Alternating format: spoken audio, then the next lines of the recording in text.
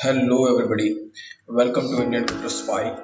आज हम लोग बहुत सारी चीज़ें बातें करने वाले हैं बिटकॉइन की प्राइस और उसके मास अडॉप्शंस के बारे में। उसके बाद जो चार्ट आ रहा है बिटकॉइन का, जो total over high time price है उसके बारे में। इसके बाद शिबा इनू और बिटकॉइन की जो कोरिलेटिव है उसकी वजह से उसने ईटोरो जो प्लेटफॉर्म है उन्होंने अलाउ कर दिया है कि उनको लिस्टिंग करने के लिए, शिबा को खास करके। और उसके बाद जो बिटकॉइन की जो रियल एस्टेट लोन होती है वो होने लगी है, उसके बारे में बात करेंगे। इसके बाद हम एक यूनिवर्सिटी में बिटकॉइन का ऑफिशियल कोर्स शुरू हो रहा है जिसकी वजह से आने वाली जनरेशन को इसके बारे में सिखाया जा सके, उसके बारे में बात करेंगे। और इसके बाद हम एक और ग्राफ है जो बिटकॉइन की प्राइस बुलिश हो सकती है और भी उसके बारे में बताता है, उसके बारे में बात करेंगे। इसके बाद हम लोग बात करेंगे कि म्यूचुअल फंड जो है वो म्यूचुअल फंड में बिटकॉइन से आप पे कर सकते हैं और bitcoin as mutual fund invest कर सकते हैं, उसके बारे में बात करेंगे। और इसके बाद आखिर में मेन न्यूज़ जो आ रहा है कि पेपल का क्रिप्टो है, पेपल की जो एप्लीकेशन है वो क्रिप्टो ट्रांजेक्शन्स और परचेज अलाउ करेगी, इस सब के बारे में बात करेंगे। आप मुझसे जुड़े, इसका मतलब है आप क्रिप्टो करेंसी में इन्वेस्ट करते हैं या क्रिप्टो करेंसी के बारे में जानना चाहते हैं, तो आप मुझे ट्विटर में फॉलो कर सकते हैं, मेरे यूट्यूब चैनल को लाइक कर सकते हैं, इसके सब्सक्राइब कर सकते हैं। और चलो हम लोग शुरू करते हैं क्रिप्टो करेंसी की सारी डिटेल के बारे में। और क्रिप्टो करेंसी में जो अभी जो बदलाव आ रहा है उसके हिसाब से आप देख सकते हैं यहाँ पे कि जो टोटल और मास प्रोडक्शन हो रहा है क्रिप्टो में, ऑल एक्सचेंजेस में जो ट्रांसफर वॉल्यूम है वो आप देख सकते हैं कि मिनिमम $8 तक गया था, लेकिन उसकी प्राइस लगातार बढ़ रही है। जो एक्सचेंजेस में जो ट्रांसफर हो रहा है वो $8 जितना कम भी हुआ था और अभी बहुत ज़्यादा है और अभी पॉजिटिव में आ रहा है, इसका मतलब है कि इसकी प्राइस और बुलिश हो सकती है। इसके बाद ये ग्राफ देखिए, 2013 में फर्स्ट हाफ में इसकी प्राइस यहाँ पर थी, उसके बाद बड़ी और ये जो टोटल ये जो है वो कॉइन मैट्रिक्स है यूटीसी क्लोज का। इसका मतलब है कि जो टोटल ओवरऑल हाई गया है वो 3088 के आसपास गया है। बिटकॉइन का जो प्राइस है यूएस डॉलर में, जो लॉग स्केल है, जितना बेचा गया है या खरीदा गया है उसके बारे में ये डेटा बताता है। और इसका मतलब है कि ये अभी इसकी तरह डाउन आएगी और फिर और अब जाएगी। ये ऑलरेडी अभी डाउन चल रही है और इसमें अब बढ़ावा होने वाला है। इसके बाद ये है कि बिटकॉइन की जो हाल्विंग प्राइस इंडेक्स है, बिटकॉइन की प्राइस जो हाफ हो जाती है, 50% से डाउन जाती है, उसका अगर हम रेशियो देखें तो साइकिल ब्लॉक काउंट देखें तो वो अभी पॉजिटिव आ चुका है। पहले वो जो ये डेटा काउंट था ये सेकेंड हाफ है, सेकेंड हाल्विंग है, 9 जुलाई 2016 से लेकर वो 13 टाइम्स था, अभी दूसरा जो हाल्विंग है 54 टाइम्स है। इसका मतलब जो तीसरा आ रहा है वो 4.7 टाइम्स ऑलरेडी हो चुका है। ये बढ़ते यहाँ तक शायद ये 54 का 2 गुना हो जाए या 5 गुना भी हो सकता है, वी नेवर नो। इसका मतलब ये है कि बिटकॉइन की जो प्राइस है वो बुलिश है और इसमें बहुत ज़्यादा बढ़ोतरी हो सकती है। इसके बाद एक और चीज़ है कि शिबा INU जो हालांकि शिट कॉइन है, मैं उसको सपोर्ट नहीं करता इतना क्योंकि उसका एक्चुअल यूज़ बहुत कम है, लेकिन फिर भी इन्वेस्टमेंट के तौर पे हम सब इन्वेस्ट करते हैं इसमें, इसलिए इसकी प्राइस, इसका जो ऑफिशियल लिस्टिंग होता है वो ईटोरो के ऊपर आने वाला है। इसका मतलब और इन्वेस्टमेंट इसमें आएगा और इसकी प्राइस बढ़ सकती है। The eToro trading platform has finally heeded the call by its user to list its Shiba Inu coin. eToro announced the listing through its Twitter handle, revealing that Shiba Inu is already available as SHIB-XM. और Shiba Inu की जो price valuation है वो आपको पता ही है कि वो बहुत आने वाले समय में बढ़ी हुई है।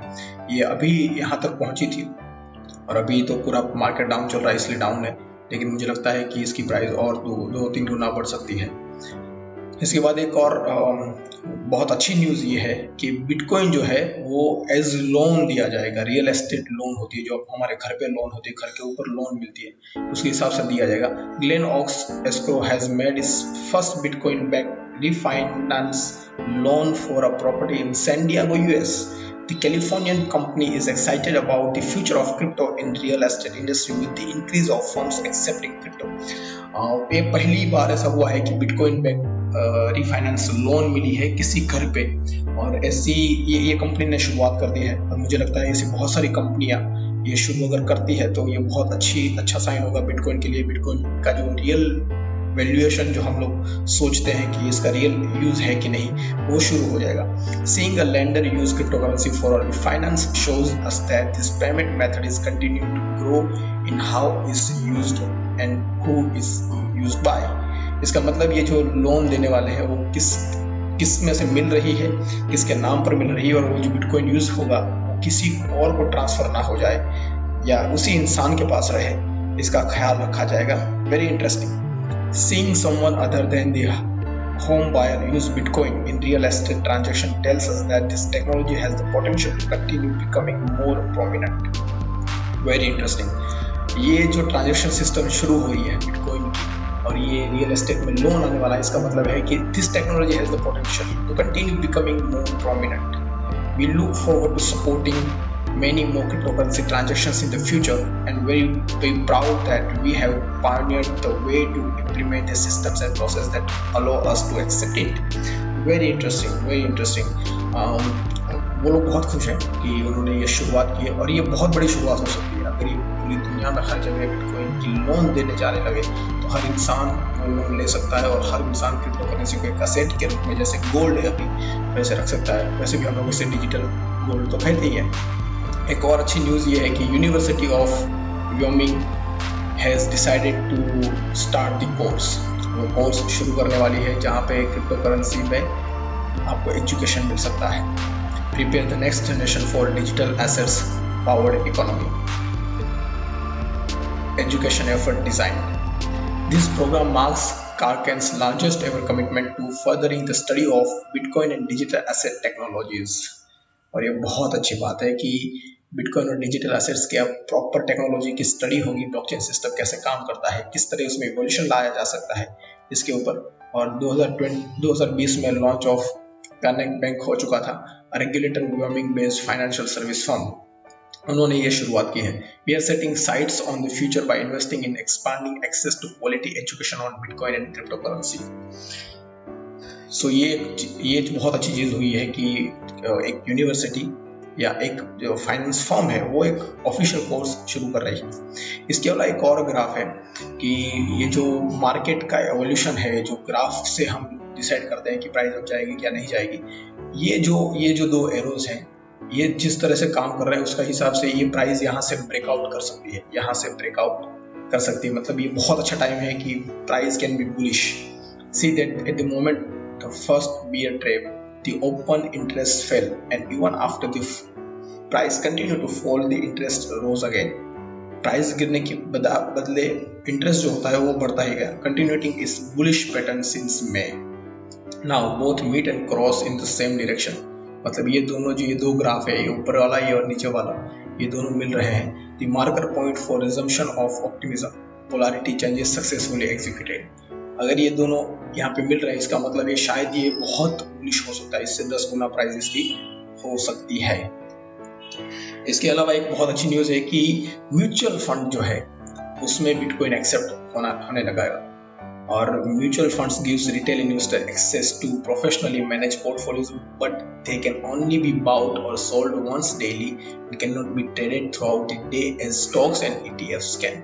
स्टॉक्स और ईटीएफ्स कैन से नहीं हो सकता, लेकिन इथेरियम या बिटकॉइन जैसी क्रिप्टो करेंसी से उससे ये म्यूचुअल फंड फ्यूचर में बाय कर सकते हैं। The fund does not take temporary defensive position, temporary के लिए वो डिफेंसिव पोजिशन नहीं ले रहा है, लेकिन फ्यूचर में the fund will generally hold its bitcoin related investment during periods in which the value of bitcoin is flat और declining as well as during periods in which the value of bitcoin is rising.